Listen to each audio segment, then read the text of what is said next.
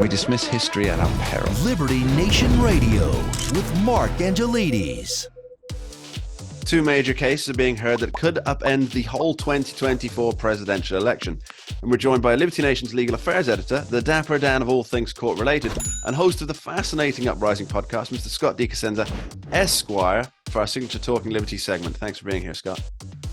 Mark, it's a pleasure. And it's also a pleasure to correct you right off the bat, which is to say that there are more than two cases involved. There are two that are actually have ongoing courtroom antics, but there are, I think, at least four by my count, where the 14th Amendment style challenge to Donald Trump's appearing on a ballot has presented itself in these United States. Well, let me respond, Counselor.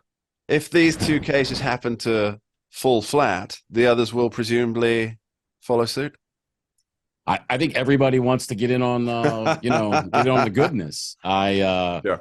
So we're talking about the 14th Amendment challenges to Donald Trump appearing on the ballot. Now, where are these taking place? Well, the principal one that we're discussing, I think, is Colorado. That's where the most of the fireworks have occurred. Okay, and the second one will be launching we're recording on Wednesday, November the 1st. We'll be launching on Thursday, November the 2nd, where? In Minnesota. Okay, and so both of these allege that because Donald Trump I presume that he made a speech, the speech that he made on January 6th, they saw that as an incitement to Mark, insurrection. They say that the Constitution requires that Donald Trump cannot be on the state ballot where people are allowed to choose who they want for president of the United States, because Section 3 of the 14th Amendment prohibits his appearance thereof, because it says no person, the operable clause, as far as they're concerned, is that no person who, having previously taken an oath as an officer of the United States to support the Constitution of the United States shall have engaged in insurrection or rebellion against the same, or given aid or comfort to the enemies thereof. No person who meets those qualifications can be a senator, representative, or elector of president or vice president, or hold any office under the United States. So that's the 14th Amendment, Section 3, and they claim that because of Donald Trump's behavior, especially, I think maybe exclusively on January the 6th, although maybe there's some wiggle room there about whether or not there was some behavior in the lead up to January 6th, but that made him an insurrectionist and therefore ineligible. Okay, two questions immediately, or 2 points, I guess, spring to mind straight off. The first one is, if he were to lose these two cases, that means that he's not on the ballot in Colorado nor Minnesota, and assuming that getting write-in votes of a substantial enough amount is virtually impossible. That means that he wouldn't be able to get the electoral college votes to win the election. So that is essentially an election ender for Donald Trump. Yeah, correct? and so just to put it out there, and so people don't misunderstand. So practically speaking, if he loses either of those cases, these are going to the federal courts and will arrive at the Supreme Court, who will have to decide whether or not these people can keep Donald Trump off the ballot. That's it won't end with these particular proceedings, but if the Supreme Court says it's okay, then these judgments will hold. And that's exactly right. Donald Trump will be off the ballot in states where he needs to be on the ballot, and he will almost certainly suffer a loss as president because of it. And then, of course, Mark. And unless he has a Reagan-esque full sweep, right? Well, I suppose that's possible. I don't know that the polls suggest that that's, something we're going to see. But in any case, and Mark, there's another thing that just doesn't seem to be in popular discussion, but I think it is important to mention it is, what the people of this country are going to do if through novel applications of provisions that were never designed to, be implemented in this fashion or against these sorts of candidates, what results in this country. It scares me. It's tempting far too much fate in terms of saying who can and who can't complain about an election. I wonder how far just that would stretch. Now, realistically, Scott, you are a constitutional lawyer. This is what you do. You're a constitutional lawyer. Does the case hold water, to borrow a My Cousin Vinny phrase? The Constitution is not this thing that's so. The reason why there are lawyers who disagree on what the Constitution means with what it says is because it's not all tied up into a neat bow. I think that the clear answer is absolutely not. Donald Trump is not.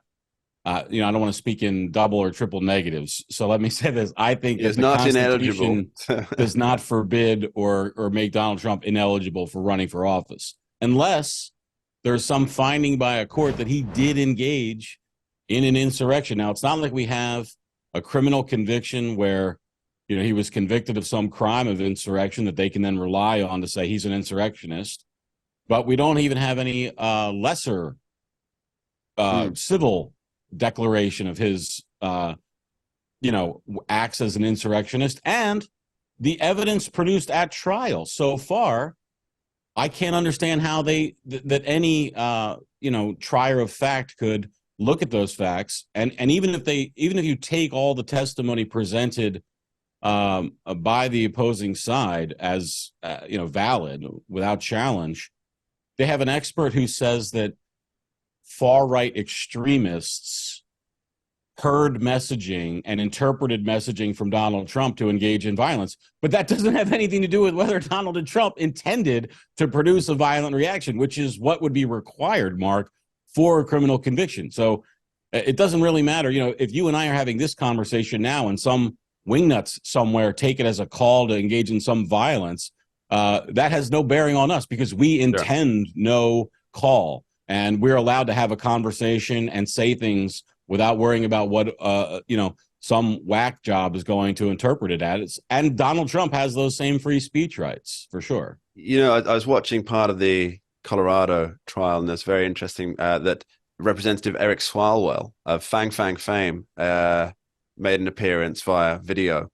And one of the lawyers was questioning him. And it turns out that he's involved in a lawsuit that I believe is out of Washington, D.C., seeking damages against Donald Trump for January 6th. And the lawyer questions him and says, would this involve financial payouts? And yes, obviously, Mr. Swalwell is a lawyer. And the lawyer asks him, if he wins his case, Trump will have to write him a check, is basically what we're saying. Yeah. And so Swalwell's testimony in this case, he says, do you recognize as a lawyer that your chance of getting a payout, I'm paraphrasing, your chance of getting a payout in that case are higher if you can convince people in this case? And that to me seems like a bit of that's almost a disqualifying argument for being a reliable witness, isn't it? Given Mr. Swalwell's history, I find it difficult to discuss his goings on with some sort of detachment. It's preposterous, Mark. He's as much a political actor as anybody in the world. And the idea that this is somehow, like he's just out for, he's just a dispassionate advocate for law and order and wants to make sure that the Constitution is followed. And boy, get a check it's at just the end the application of the law to the facts, Mark. And that's all we have here. It's preposterous. I went to the website, and I won't give them the credit of naming them, of the group who brought the Colorado lawsuit, and I just decided to check up on them and see what they had going on there.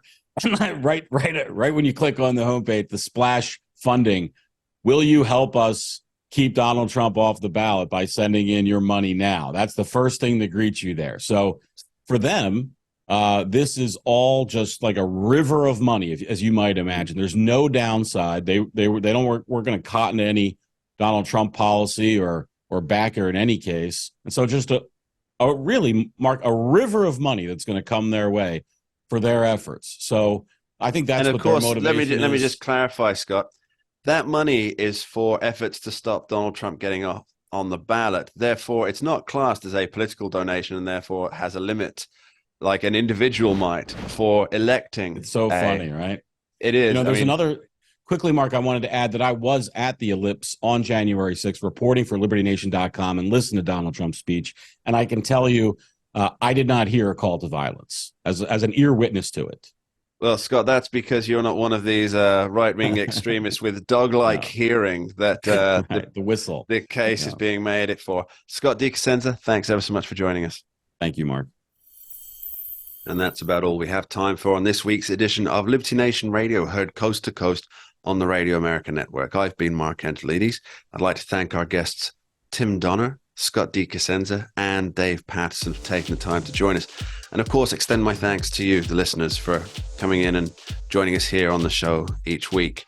My parting shot for today, I'd like to leave you with the words of William Wilberforce, who said, "You may choose to look the other way, but you can never say again that you did not know."